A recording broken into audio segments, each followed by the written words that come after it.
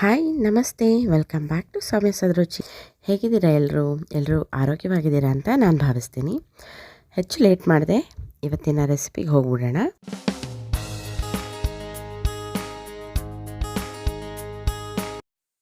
ಇವತ್ತಿನ recipe instant oats ರವಾ ದೋಸೆ. ಇದನ್ನು ನಾವು ಪ್ರೀಮಿಕ್ಸ್ ಆಗಿ ಮಾಡಿಟ್ಕೊಂಡು ಈಸಿಯಾಗಿ ಬೆಳಗಿನ ರಶ್ಗೆ ನಮಗೆ ಬೇಗ ಫಾಸ್ಟಾಗಿ ಬ್ರೇಕ್ಫಾಸ್ಟ್ ಆಗಬೇಕು ಅಂತ ಇದ್ದರೆ ಇದನ್ನು ಪ್ರೀಮಿಕ್ಸ್ ನಾವು ರೆಡಿ ಮಾಡಿಟ್ಕೊಂಡ್ರೆ ಮಾಡ್ಕೊಳ್ಳೋದು ತುಂಬಾ ಸುಲಭ.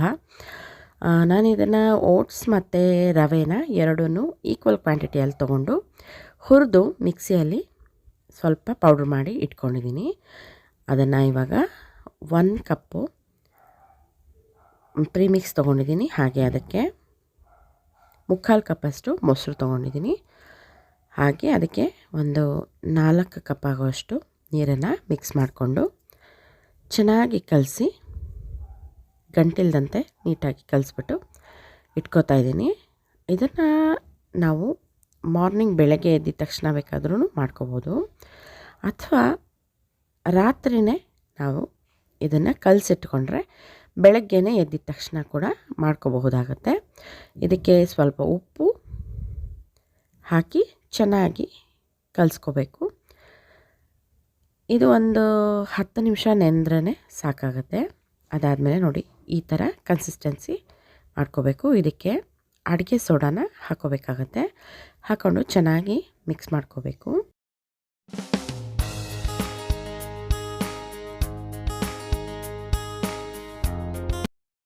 ಒಂದು 5 ನಿಮಿಷ ಬಿಟ್ಟು ಹಾಗೆ ದೋಸೆ ಮಾಡ್ಕೋಬೋದು.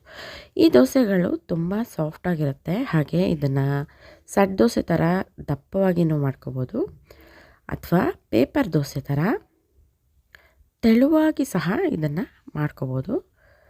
ತುಂಬಾ ರುಚಿಯಾಗಿ ಹಾಗೆ ತೂಕ ನಿರ್ವಹಣೆಗೆ ಇದು ತುಂಬಾ ಹೆಲ್ಪ್ ಮಾಡುತ್ತೆ. ಇದು ಆ್ಯಕ್ಚುಲಿ ರವೆ ದೋಸೆ ಥರನೇ ತುಂಬಾ ಕ್ರಿಸ್ಪಿಯಾಗಿ ಕೂಡ ನಾವು ಇದನ್ನು ಮಾಡ್ಕೋಬೋದು. ಸ್ವಲ್ಪ ಸಾಫ್ಟಾಗಿ ದಪ್ಪವಾಗಿ ಬೇಕು ಅಂತಂದರೆ ಈ ಥರ ಸ್ವಲ್ಪ ಗಟ್ಟಿಯಾಗಿ ನಾರ್ಮಲ್ ದೋಸೆ ಬ್ಯಾಟರ್ ಥರ ಮಾಡಿಕೊಂಡು ಅದನ್ನು ನಾರ್ಮಲ್ ದೋಸೆ ಥರ ಈ ಥರ ಒಂದು ಲಿಡ್ ಕ್ಲೋಸ್ ಮಾಡಿ ಬೇಯಿಸಿದ್ರೆ ತುಂಬ ಸಾಫ್ಟಾಗಿ ದೋಸೆ ಬರುತ್ತೆ. ಬೇಡ ನಮಗೆ ಕ್ರಿಸ್ಪಿಯಾಗಿರಬೇಕು ಅಂತ ಆಸೆ ಪಡೋರು ಈ ರೀತಿ ತೆಳುವಾಗಿ ಕಲಿಸ್ಕೊಂಡು ಇದಕ್ಕೆ ರವೆ ದೋಸೆ ಥರ ಸ್ವಲ್ಪ ಹಸಿಮೆಣಸಿನ್ಕಾಯಿ, ಕಡಲೆಬೇಳೆ, ಅದರದ್ದೆಲ್ಲ ಶುಂಠಿ ಎಲ್ಲ ಒಗ್ಗರಣೆ ಮಾಡಿಬಿಟ್ಟು ಹಾಕಿ ಆ ಥರ ಕೂಡ ಇದನ್ನು ಮಾಡ್ಬೋದು. ರವಾ ಓಟ್ಸ್ ದೋಸೆ ತುಂಬಾ ರುಚಿಯಾಗಿರುತ್ತೆ. ಹಾಗೆ ಮಾಡೋದು ಕೂಡ ತುಂಬಾ ಈಸಿ. ಇದೊಂದು ಮಿಕ್ಸ್ ಮಾಡಿಟ್ಕೊಂಬಿಟ್ರೆ ನಮಗೆ ಯಾವಾಗ ಬೇಕಾದರೂ ಒಗ್ಗರಣೆ ಮಾಡಿಕೊಂಡು ಸಹ ನಾವು ಆ ತಕ್ಷಣವೇ ಮಾಡಿಕೊಂಡು ತಿನ್ಬೋದು. ಇದರಲ್ಲಿ ಬರೀ ದೋಸೆ ಮಾತ್ರ ಅಲ್ಲದೆ ಇದನ್ನು ನಾವು ಇಡ್ಲಿ ಮತ್ತು ಪಡ್ಡು ಕೂಡ ಮಾಡ್ಬೋದು. ನಾವು ಇದರಲ್ಲಿ ತುಂಬಾ ರುಚಿಯಾಗಿರುತ್ತೆ. ಹಾಗೆ ಮಾಡೋಕ್ಕೂ ತುಂಬಾ ಸುಲಭ. ಆದ್ದರಿಂದ ಖಂಡಿತವಾಗ್ಲೂ ಈ ರೆಸಿಪಿನ ನೀವೆಲ್ಲರೂ ಖಂಡಿತ ಟ್ರೈ ಮಾಡಿ.